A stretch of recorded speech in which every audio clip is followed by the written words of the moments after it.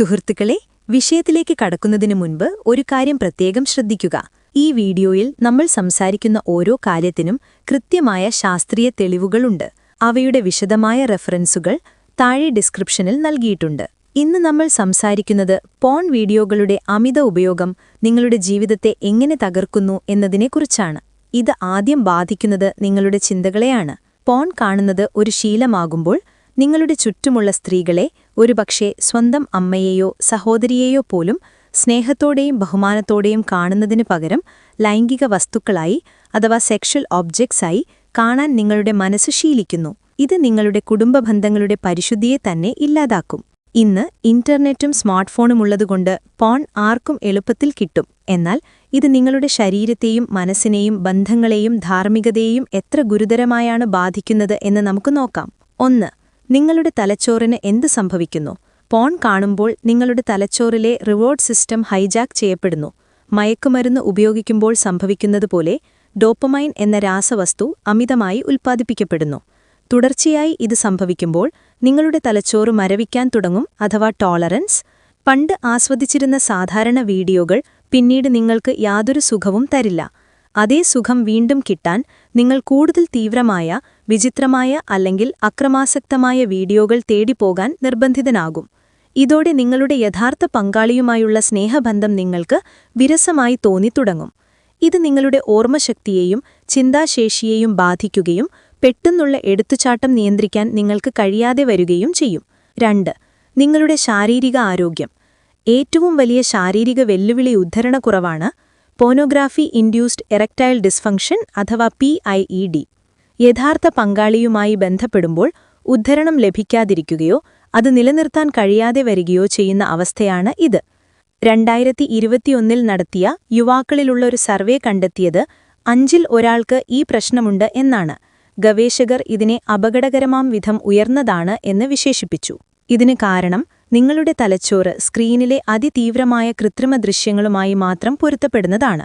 തൽഫലമായി യഥാർത്ഥ പങ്കാളിയുമായുള്ള സ്വാഭാവിക ബന്ധം നിങ്ങളുടെ തലച്ചോറിന് വിരസമായി അനുഭവപ്പെടുന്നു.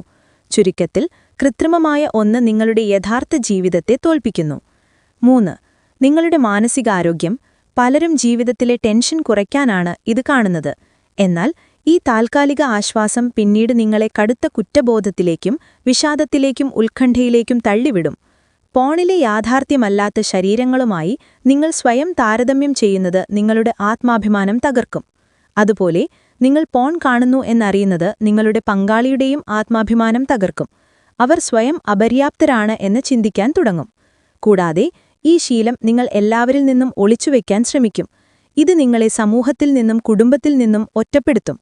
ഏറ്റവും ഭയക്കേണ്ട കാര്യം, അമിതമായ പോൺ ഉപയോഗവും ആത്മഹത്യാ പ്രവണതയും തമ്മിൽ ബന്ധമുണ്ട് എന്ന് 2024 ഒരു പഠനം കണ്ടെത്തിയിട്ടുണ്ട്. 5. ഇതൊരു അഡിക്ഷനാണോ? ഇതൊരു യഥാർത്ഥ അഡിക്ഷനാണോ എന്ന കാര്യത്തിൽ ശാസ്ത്രലോകത്ത് വ്യത്യസ്ത അഭിപ്രായങ്ങളുണ്ട്. അമേരിക്കൻ സൈക്യാട്രിക് അസോസിയേഷൻ APA ഇതിനെ ഔദ്യോഗികമായി ഒരു രോഗമായി പട്ടികപ്പെടുത്തിയിട്ടില്ല. എന്നാൽ ലോകാരോഗ്യ സംഘടന WHO ഇതിനെ ഒരു ഇംപൾസ് കൺട്രോൾ പ്രശ്നമായി അഥവാ കമ്പൽസീവ് സെക്ഷൽ ബിഹേവിയർ ഡിസോർഡർ എന്ന പേരിൽ അംഗീകരിച്ചിട്ടുണ്ട്. അതുകൊണ്ട് മിക്ക ഗവേഷകരും ഇതിനെ പ്രശ്നകരമായ പോൺ ഉപയോഗം അഥവാ പ്രോബ്ലമാറ്റിക് പോർണോഗ്രാഫി യൂസ് എന്നാണ് വിളിക്കുന്നത്. 6. നിങ്ങളുടെ ബന്ധങ്ങളും സാമൂഹിക ജീവിതവും. പോൺ ഉപയോഗം നിങ്ങളുടെ പ്രണയ ദാമ്പത്യ ബന്ധങ്ങളെ തകർക്കും.